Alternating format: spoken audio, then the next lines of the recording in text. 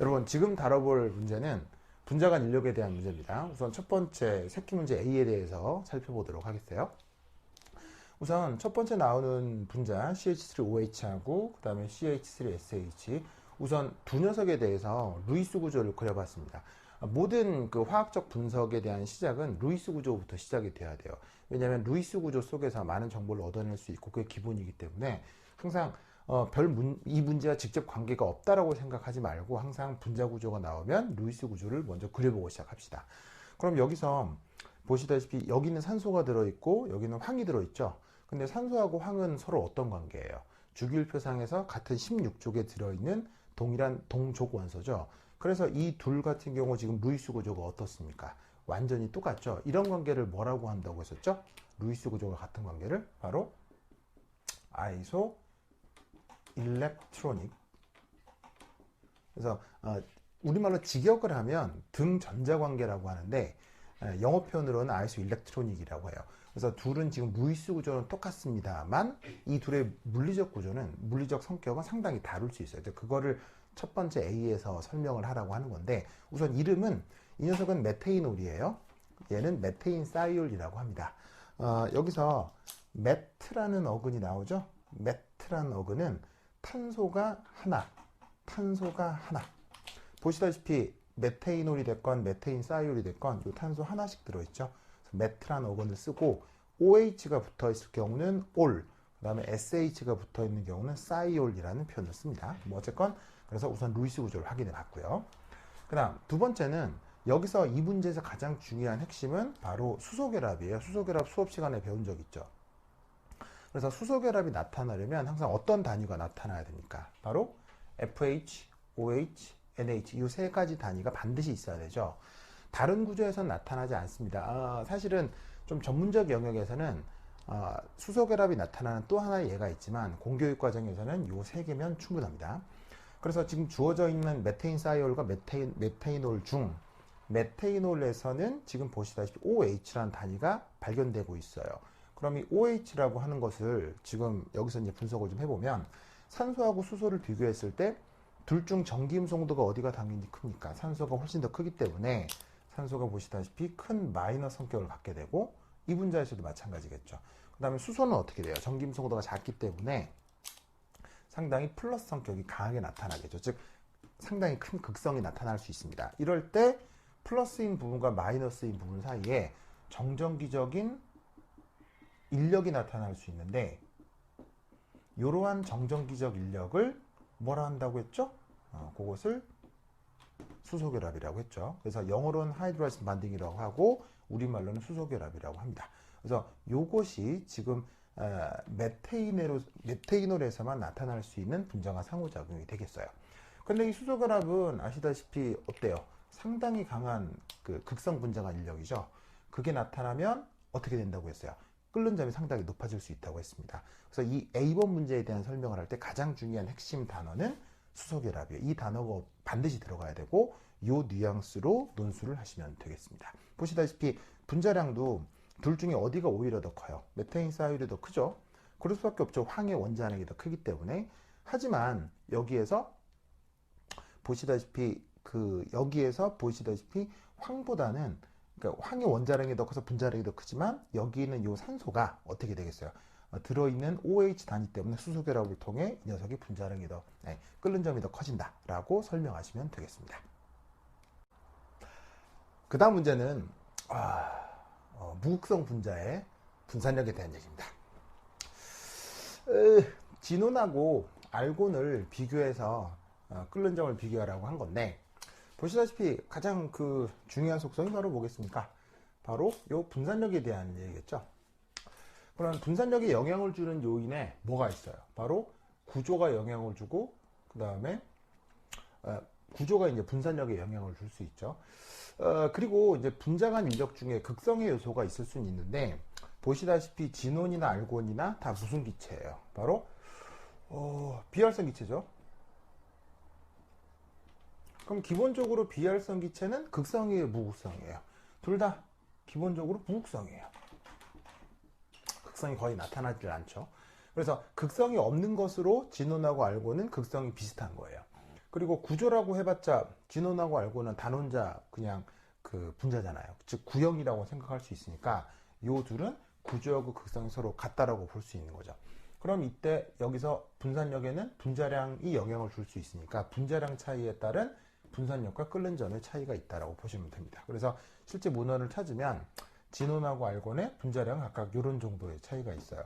주기율표 상에서 보시다시피 이제 알곤은 3주기 원소고 그 다음에 얘가 5주기 원소죠. 그래서 3주기, 5주기 원소니까 당연히 진원의 분자량이 더 클 수밖에 없겠습니다. 그래서 그 덕에 끓는 점도 상대적으로 더 큰 것을 확인할 수 있죠. 그래서 분산력에 분자량이 어떤 영향을 주는지에 대해서 논술을 하면 되는 문제가 되겠습니다. 그 다음 살펴볼 문제는 유도쌍자에 대한 내용입니다. 시범 문제인데 이 문제 사실은 많은 학생들이 좀 이상하고 희한하다고 생각할 수 있습니다. 자, 중요한 거는 이 내용인데 진원 같은 비활성 기체는 단원자 분자죠. 그럼 원자 하나로 되어 있는 분자이기 때문에 보시다시피 요 유도쌍극자 이게 나타나기가 어렵습니다. 요 영어로 뭐라고 했었죠? Induced Dipole이라고 했었죠. 유도쌍극자는 분자의 전자 밀도가 유동적이면서 우연찮게 한쪽이 더 플러스 한쪽이 더 마이너스가 되는 현상을 나타내는 건데 보시다시피 단원자 분자는 공 하나고 원자 하나로 되어 있기 때문에 그 안에서 전자 밀도가 어디가 더 플러스다 더 마이너스다라고 얘기하기 어려운 거예요. 반면에 이렇게 다원자 분자가 되면 보시다시피 염소가 결합을 해서 염소 분자가 되어 있지만 여기에 있는 이 염소 원자가 가지고 있는 전자 구름이 유동적이면서 처음에는 정기적으로 중성이다가 우연찮게 어떻게 된다고 했어요? 한쪽이 약간 마이너스 그리고 한쪽이 약간 플러스의 부분전화 밀도가 나타날 수 있다고 했었죠. 평균적으로는 중성이지만 전자가 유동적인지라 이런 식의 유도쌍극자가 나타날 수 있다고 했습니다. 그리고 이거는 확률적으로 항상 나타나는 거니까 자연계에서는 무조건 이런 일이 있다고 보시면 돼요. 그러면 이렇게 나타나는 유도쌍극자 사이에 무슨 일이 벌어져요? 바로 한쪽이 플러스 또 한쪽이 이렇게 마이너스가 나타나면 이 플러스와 마이너스 사이에 뭐가 나타날 수 있습니까? 바로 정전기적 인력이 또 나타날 수 있죠. 이걸 우리가 뭐라고 해요? 분산력이라고 하죠. 분산력 영어로 뭐라고 했어요? 바로 dispersion force라고 했죠. 이런 정도의 단어는 또 기억을 해둡시다. 그래서 단원자 분자인 이런 비활성 기체보다는 이렇게 분자를 다원자 분자 속에서 유도쌍극자가 나타날 수 있고 그 덕에 분산력이 더 효과적으로 나타날 수 있다는 사실을 꼭 기억하십시다. 그래서 문제가 제시하고 있는 이 크립톤하고 여기에 있는 염소 기체에서만 이런 일이 벌어지는 게 아니라 사실은 그 예가 상당히 많아요. 예를 들면 수소 기체하고 힐륨을 비교를 해보시면 둘 다 사실은 무극성 분자인 건 맞죠. 그리고 분자량도 비교를 해보시면 2, 4 물론 힐륨이 크긴 하지만 비슷하다고 보는 게 더 좋을 것 같아요. 그렇지만 끓는 점은 어디가 더 높습니까? 보일링 포인트는 바로 힐륨보다는 수소 기체가 더 높죠. 이것도 똑같은 이유예요. 힐륨은 비활성 기체니까 공 하나, 원자 하나로 되어 있는 분자고 얘는 다원자 분자니까 여기서 유도쌍극자가 더 잘 나타날 수가 있죠. 이 문제에 대한 분석을 할 때는 이 단어, 유도쌍극자, 이 얘기를 꼭 넣으셔야 됩니다. 다음은 분자의 극성에 대한 얘기입니다. 문제에서 아세톤하고 투메틸 프로페인이라고 하는 얘를 언급하고 있어요. 그래서 이 녀석들의 루이스 구조를 딱 그리면 뭘 알 수가 있냐면 분자량하고 구조적 요소가 상당히 똑같다는 걸 알 수 있죠. 아세톤이 됐건 투메틸 프로페인이 됐건 탄소 세 개가 이런 식으로 연결되어 있는 건 상당히 유사하죠. 그래서 이 두 예시는 구조하고 분자량이 굉장히 똑같은 거예요. 그렇다면 이 둘에는 어떤 결정적 차이가 있느냐? 바로 극성되겠습니다. 그 중에서도 여기에 있는 아세톤은 물하고 굉장히 잘 섞여요. 어느 정도로 잘 섞이냐면 물과 거의 무한대의 비율로 섞일 수 있습니다. 물하면 바로 극성 분자의 대표적인 예가 되겠죠. 그러면 이 아세톤이 왜 이렇게 극성이 크냐? 그건 바로 공면 구조로 설명을 할 수가 있어요. 자, 아세톤의 루이스 구조입니다. 그러면 탄소하고 산소를 이루는 이중결합이 있고 그 이중결합의 이 파이결합 전자 하나가 산소 쪽으로 이동을 해요. 이유는 산소가 뭐가 크기 때문에 얘가 전기음 성도가 상당히 크기 때문에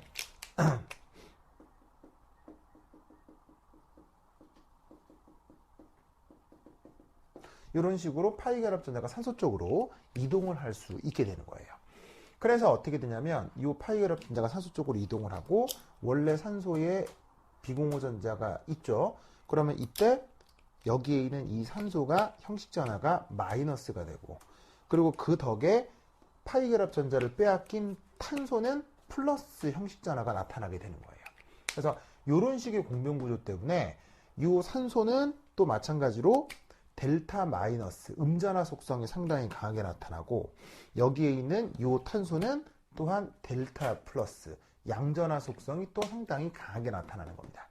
그러다 보니까 아세톤은 산소의 마이너스 성격, 그 다음에 탄소의 플러스 성격이 다른 분자들에 비해서 굉장히 강하게 나타나는 편이지라 여기에 있는 산소의 마이너스와 탄소의 플러스 사이에 뭐 이런 식의 정전기적 인력이 또 강하게 나타날 수 있어요.